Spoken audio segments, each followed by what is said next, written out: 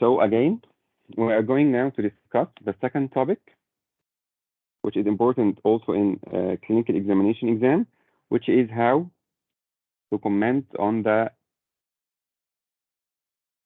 neck veins. And we have some questions to answer. First question, why do we need to examine the neck veins? Number two, which vein are we going to examine and which side does it differ if it's right or left? Number three, do we feel or just observe? Question four, what is the technique for assessment? And the question five, what is the final comment?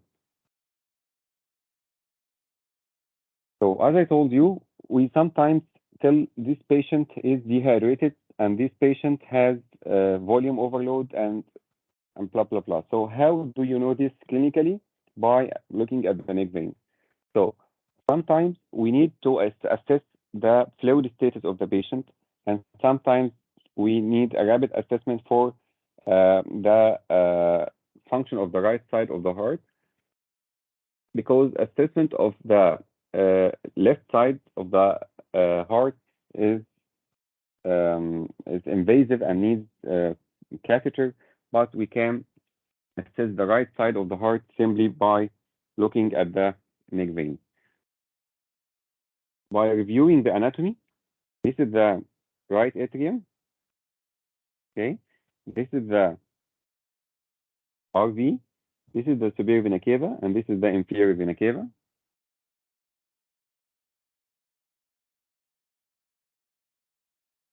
So this is the right atrium, that's RV. This SVC, and this is the inferior vena cava. And the pressure here in the right atrium is transmitted to the neck vein. So the assessment of neck vein gives an idea about the pressure inside the right atrium. Okay. So which vein are we going to measure or assess? It is the internal jugular vein. And which side? Preferably the right side, because it's more in line with the heart. So preferably the right side.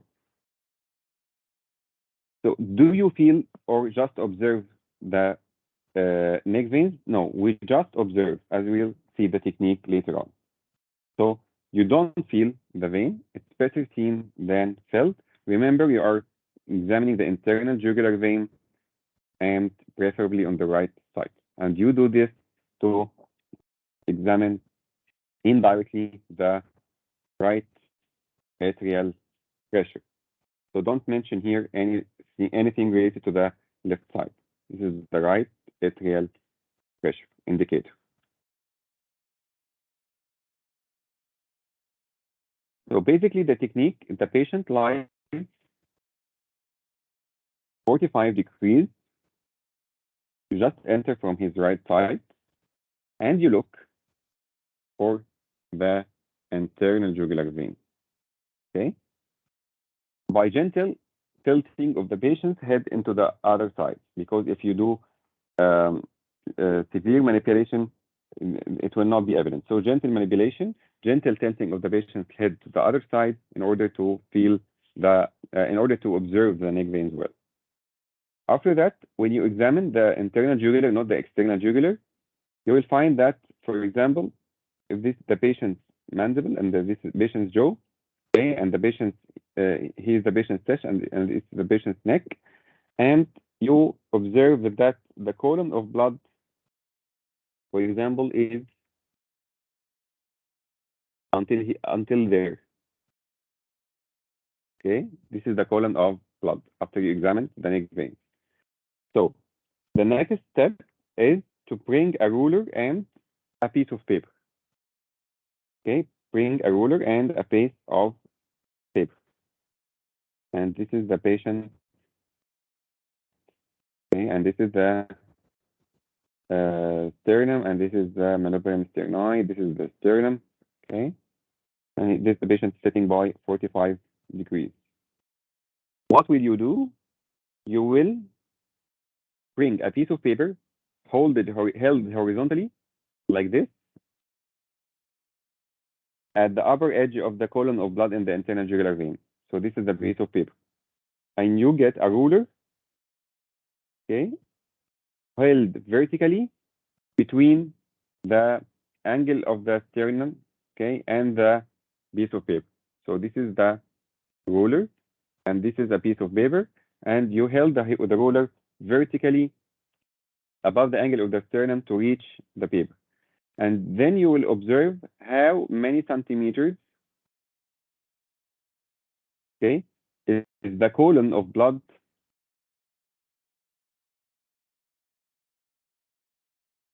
elevated above the sternal angle. For example, you will see 2 centimeters, 3 centimeters, etc. So this is the first part. The second part is that we said that we are examining the right atrial pressure. So here is the right atrium. So you just mentioned the column of blood that appears to you. It is not the whole column of blood. There is another part of the column of blood from the right atrium to the surface of the body, which at the external angle. You just examine the part of the column of blood which is appearing to you, which is from this paper to the external angle.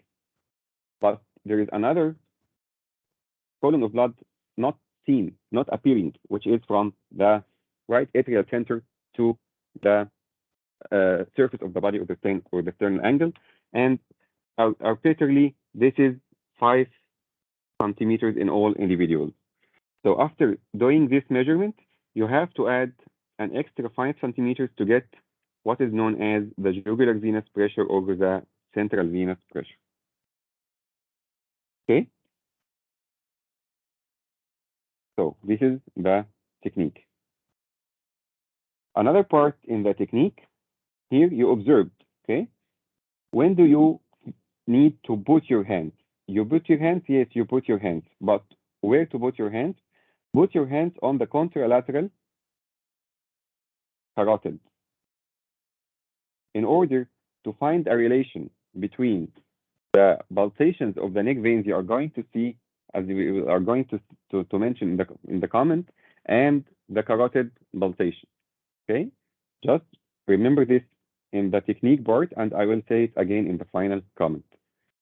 So you observe and you put your hands on the contralateral carotid, and when you observe, if it is congested, you will mention it is congested and how centimeters above the sternal angle. But remember, in order to get the central venous pressure or the jugular venous pressure, you have to add extra 5 centimeters to the initial measured centimeter. Then we get to the final comment on the neck veins. So how to comment? First, let's mention the items. Number 1, is it congested or not? Number 2, what is the level of congestion? Number 3, is it pulsation? Is it pulsating or not? Number 4, what is the relation to cardiac cycle? Number 5, what is the relation with inspiration? And finally, the hepatojugular reflex. And let's start with the first item, which is congested or not. To answer this question, as we said, you examine the internal jugular vein. If it is the column of blood in it is more than 3 centimeters above the sternal angle, this is translated to if the central venous pressure or the jugular venous pressure is more than 3 plus 5, which is more than 8 centimeters, okay, this means that, yes, it's congested. And you just mentioned the level, how centimeters. You can mention how centimeters, or, for example, reaching till the angle of mandible, for example. The level of congestion could be in centimeters or could be just arbitrarily till till the angle of the mandible, or whatever. Okay. Number 3, is it pulsating or not? The normal neck veins should be pulsating. Okay, should be pulsating. If no pulsation, this means that we know that the right atrial pressure transmits the pulsations to the superior vena cava, to the subclavian, then to the internal jugular. And if there is no transmission of pulsation, this means there is an obstruction here. So no pulsation means obstruction, mostly at the level of the superior vena cava, mostly at the level of superior vena cava. But it's normally pulsating because the right atrial pressure transmits the pulsations to the neck vein. After you observe the pulsation, you observe the timing of pulsation. And this to be mentioned very soon, okay, with the neck vein waveform. Okay, I'll examine it. I'll just mention it a few moments later. After that, we examine the relation to inspiration. If the neck veins are congested, so we ask the patient to take a deep breath. Normally, the negative intrathoracic pressure will suck the blood from the neck veins, and this will lead to emptying of the neck veins. Cosmal sign means inspiratory filling of the neck veins. When the patient takes a breath, it does not empty. So it's called Cosmal sign, and it occurs in cases of pericardial tamponade and constrictive pericarditis. This is called Cosmal sign. Then hepatojugular reflex, you just press gently on the liver of the patient, sustained for 30 seconds, and you just observe the changes in the neck veins. The normal response that it should be transiently elevated. So if it is not elevated at all, this means there is here obstruction. Okay, so this means that there is obstruction at the inferior vena cava if there is no elevation at the column of blood. But this elevation of the column of blood should be transient, because after that, the right atrium have to accommodate this increase in the volume of the blood that is induced by increase in the intra-abdominal pressure. When you compress on the liver, you increase the abdominal pressure, and so this increase the volume overload returning to the right atrium should be accommodated by the healthy right atrium. If it is not, and it is not transiently but persistently elevated, this means that there is right atrial hypertension that may occur due to a problem in the right side of the heart. Maybe the right ventricle is in failure, or maybe the tricuspid valve is stenotic or something, or regurgitant, as we will see in the assessment of the pulsation. Okay, so these are the items for final comment on the neck veins. Let's have a thought now on the waveform. The waveform of the internal jugular vein.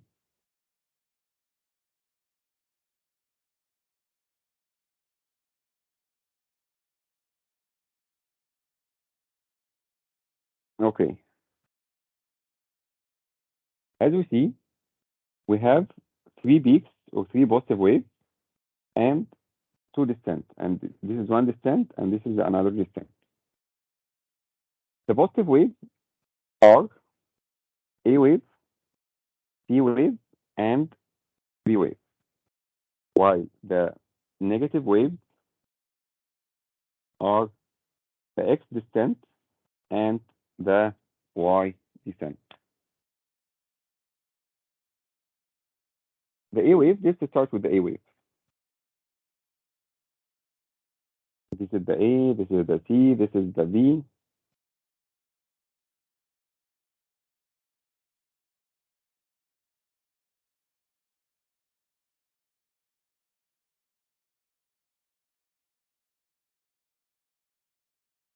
And this is the X and this is the Y.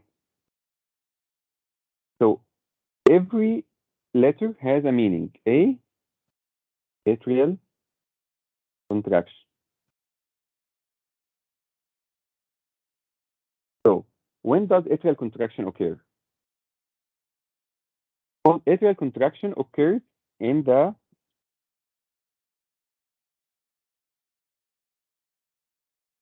last part of the ventricular diastole. As we know that ventricular diastole occurs, there is isometric relaxation phase, followed by, this is the diastole, followed by rapid filling of the LV and RV, then delayed filling, then finally the atrial kick or atrial contraction.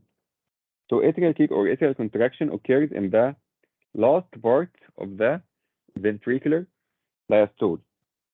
So you can memorize it easily. The atrial contraction cannot occur in the same time of ventricular contraction. So this occurs in the diastole of the heart. This is diastolic. Okay. And due to atrial contraction, when the atria contracts,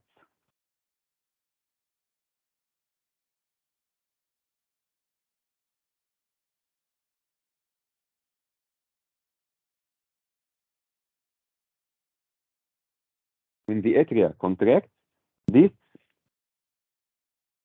raises the pressure very much in the right atrium because the right atrium is actively contracting, and this will cause the highest rise in the jugular venous pressure. So this is the highest rise, if you see, compared to the C and compared to the V.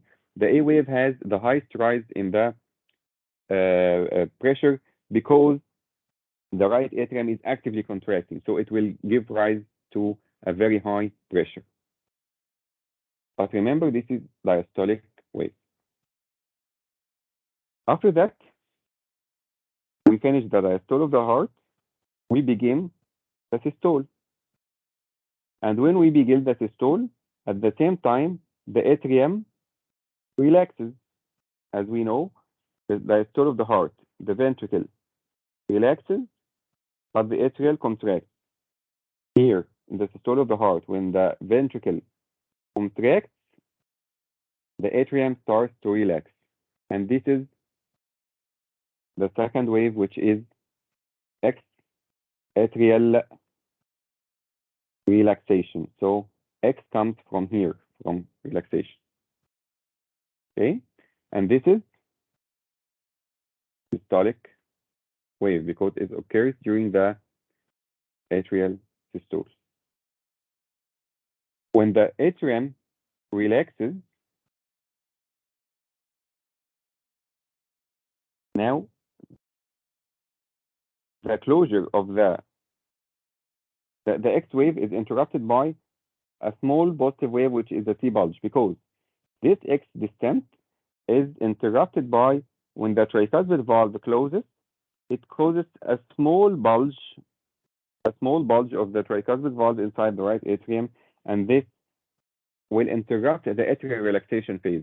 Actually, the atrium is relaxed and its wall is relaxed, but this small bulge of the tricuspid valve, when it's closed, causes a small positive deflection during the X descent. Okay, so this is called by cusp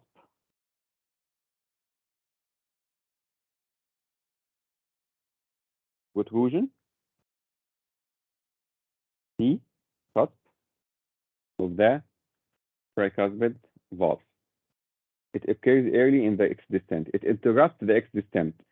Now, when the atrial finished contraction, it starts relaxation, and when it starts relaxation, the tricuspid valve closes, and when it closes, it's small bulge. There is a small bulge of the tricuspid valve leaves inside the right atrial. When this occurs, it raises the pressure minimally. Okay, so here the rise of pressure is very high. Here's the small rise in the pressure.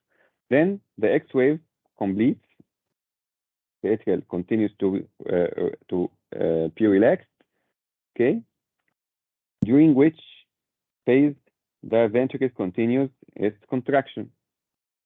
But remember, during atrial relaxation, yes, it's not contracting, but it has to be ready for the next phase, for the next cardiac cycle. So how it would be ready? By getting the venous return. When it gets the venous return from the superior vena cava and inferior vena cava, it will be ready for the coming cycle in order to empty its blood in the right ventricle. So yes, the atrium is relaxed, but it has to be ready for the next cycle. And so during the ventricle's contraction, yes, the atrium relaxes, but it starts to receive the venous return. At the beginning, this will not affect the pressure in the right atrium because small amount of blood is coming back. But after that, this venous return increases the pressure, okay, but not to the extent that the atrial contraction raised the pressure. So if you see here, the right atrial pressure is increased by the right atrial contraction, but the venous return does not cause this, okay, does not cause the pressure to be very high. No, it just raise the pressure, okay, and cause a positive deflection in the neck vein waveform, but not to the extent like the A wave. So the V wave here is also a positive wave, and it occurs due to venous. So V here stands for venous return, okay, from the superior vena cava and from the inferior vena cava, okay. After that, after we finish this phase, now the atrial pressure is increased to some extent and is filled with blood, and the ventricle finish its contraction. It's done. Finish its contraction. So now we will start the diastole of the heart. The tricuspid valve opens in order to empty the blood into the right ventricle, and this causes the release of this atrial right atrial pressure down to very low extent, which is called the atrial emptying. And here, the Y wave comes from the emptying, okay? So every letter has a meaning. A for atrial contraction, X for the X in relaxation, C in the cusp protrusion, stands for the V in the venous return, and Y stands for the Y in atrial emptying. And this causes the pressure to drop down. This occurs in the phase of rapid filling. So this phase is diastolic. So these are systolic and those are diastolic. This is very important to memorize. Okay, so I'll do a simple drawing now. Actually, we observe two positive waves when we examine the neck vein, the A wave and the V wave. And forget about the C wave, it's not evident. So we have two positive waves, which are the A wave and the V wave, and we have two descent, X descent and Y descent. And I memorize now that A due to atrial contraction, so this is a diastolic waveform, or we can say it a pre-systolic. Why we would say it a pre-systolic? Because the atrial contraction occurs just before the atrial systole. So you can say it a pre-systolic. And the V wave is systolic.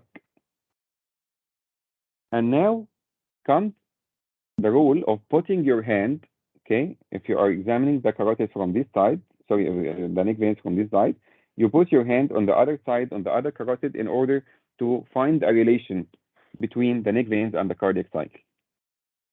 When you feel the carotid, you feel it, the upstroke. What is upstroke? The positive pulsation the carotid exerts to your finger. It pushes your finger away.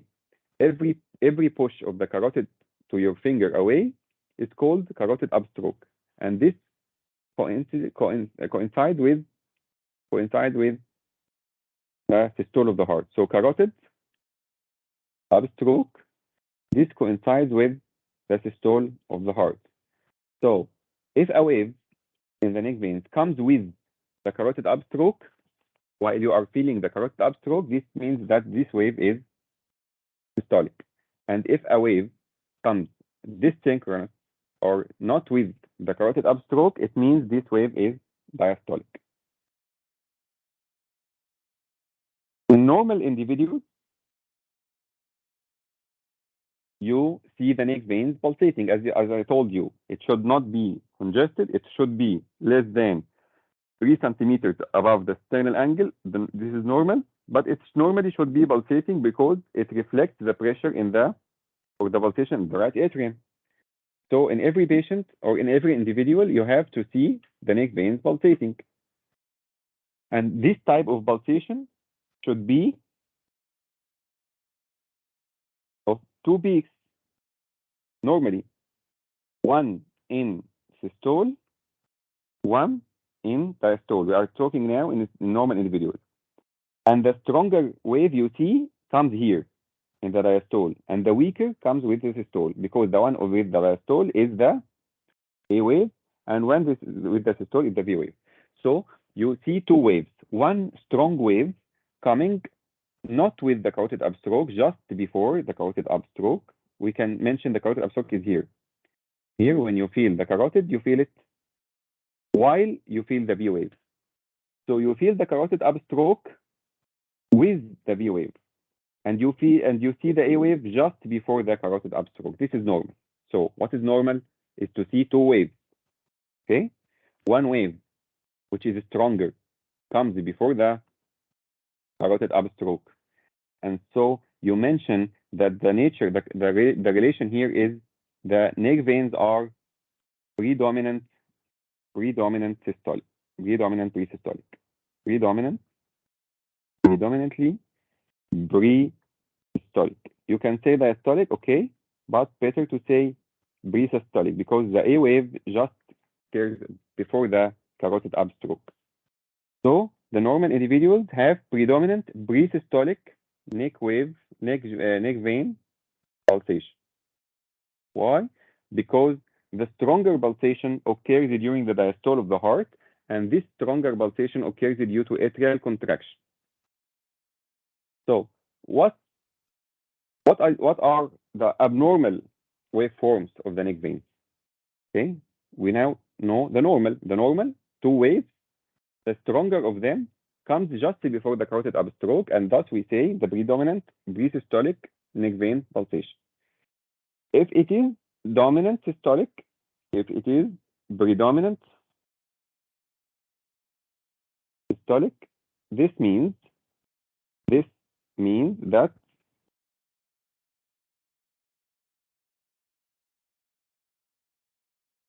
the V wave becomes large. And when you feel the carotid here, because this is the systole, and when you feel the carotid, you see that the stronger wave is coming with the carotid upstroke, not before it.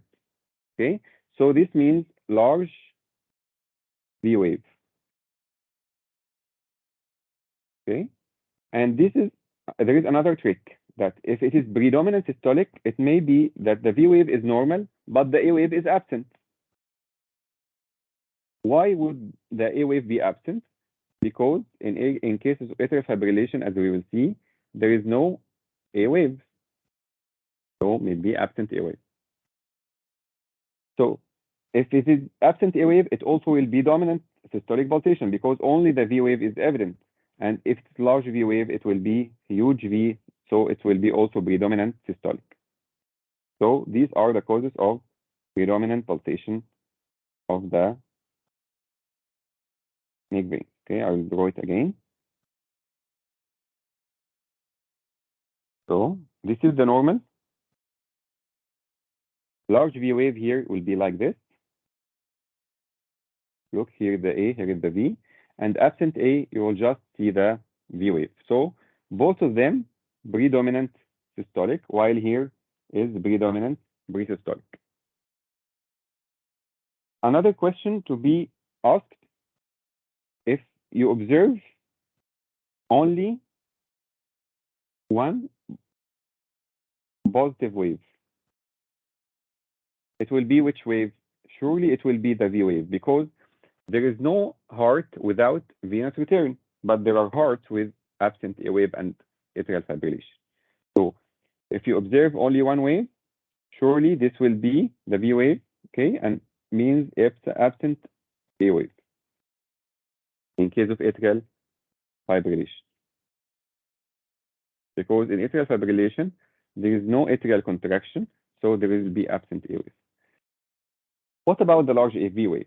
What causes the V wave to be larger than normal? We know that V stands for venous return. Okay, V stands for venous return. And let's revise the drawing. This is the right atrium.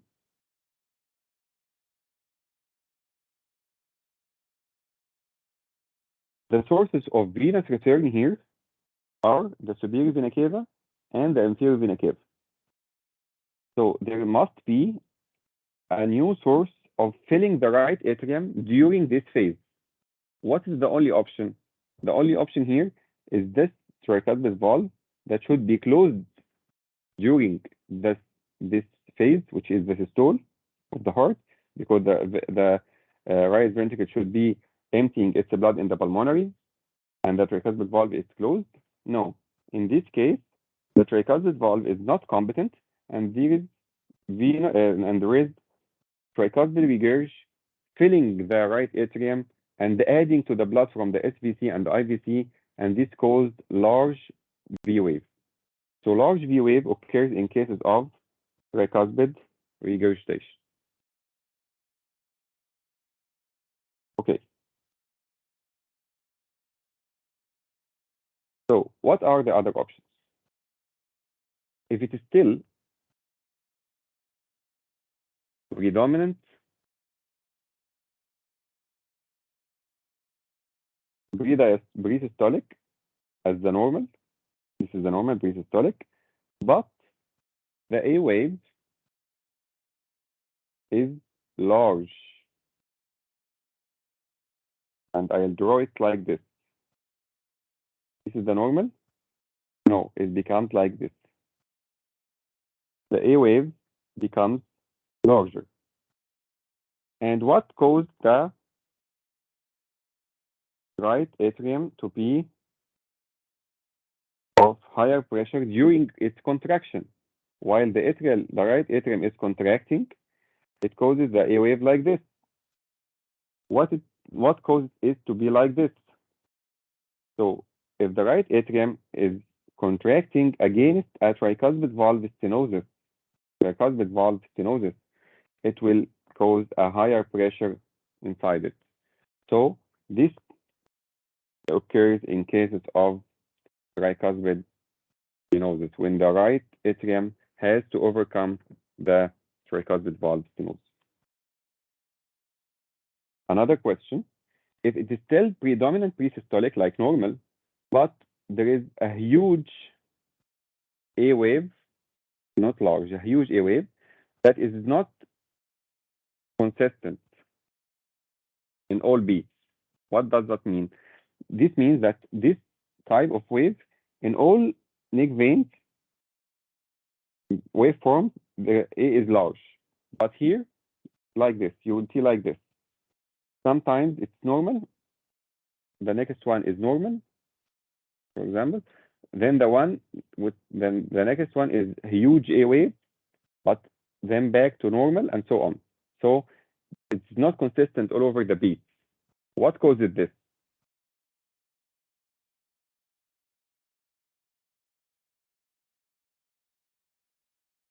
If this is the normal,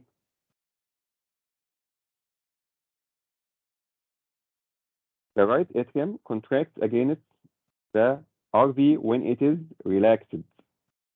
Okay?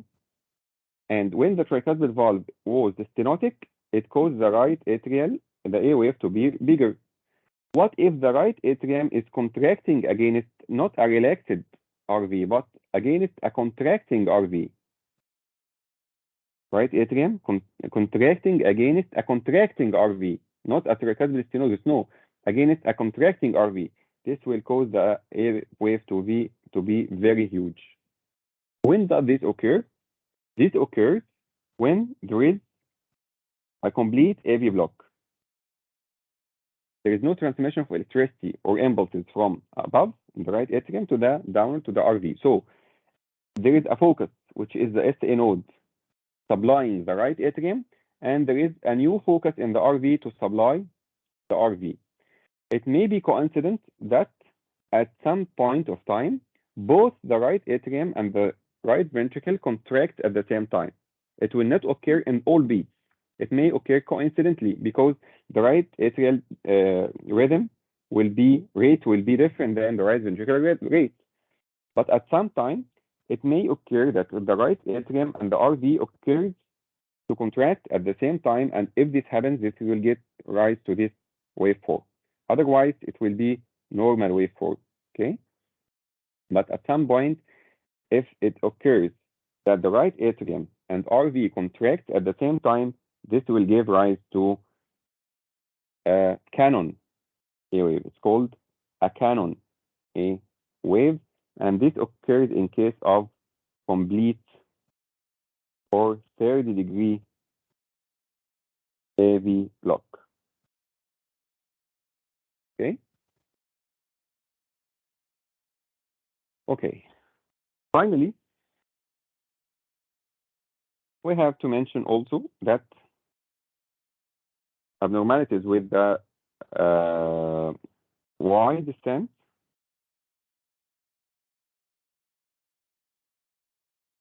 and not get into details into this, but I just mentioned the information needed to be studied. We also know that there is Y descent.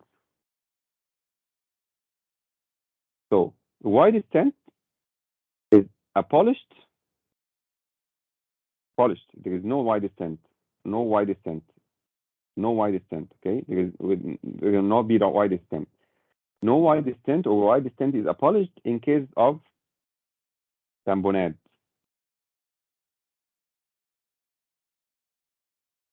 Okay, but in case of constrictive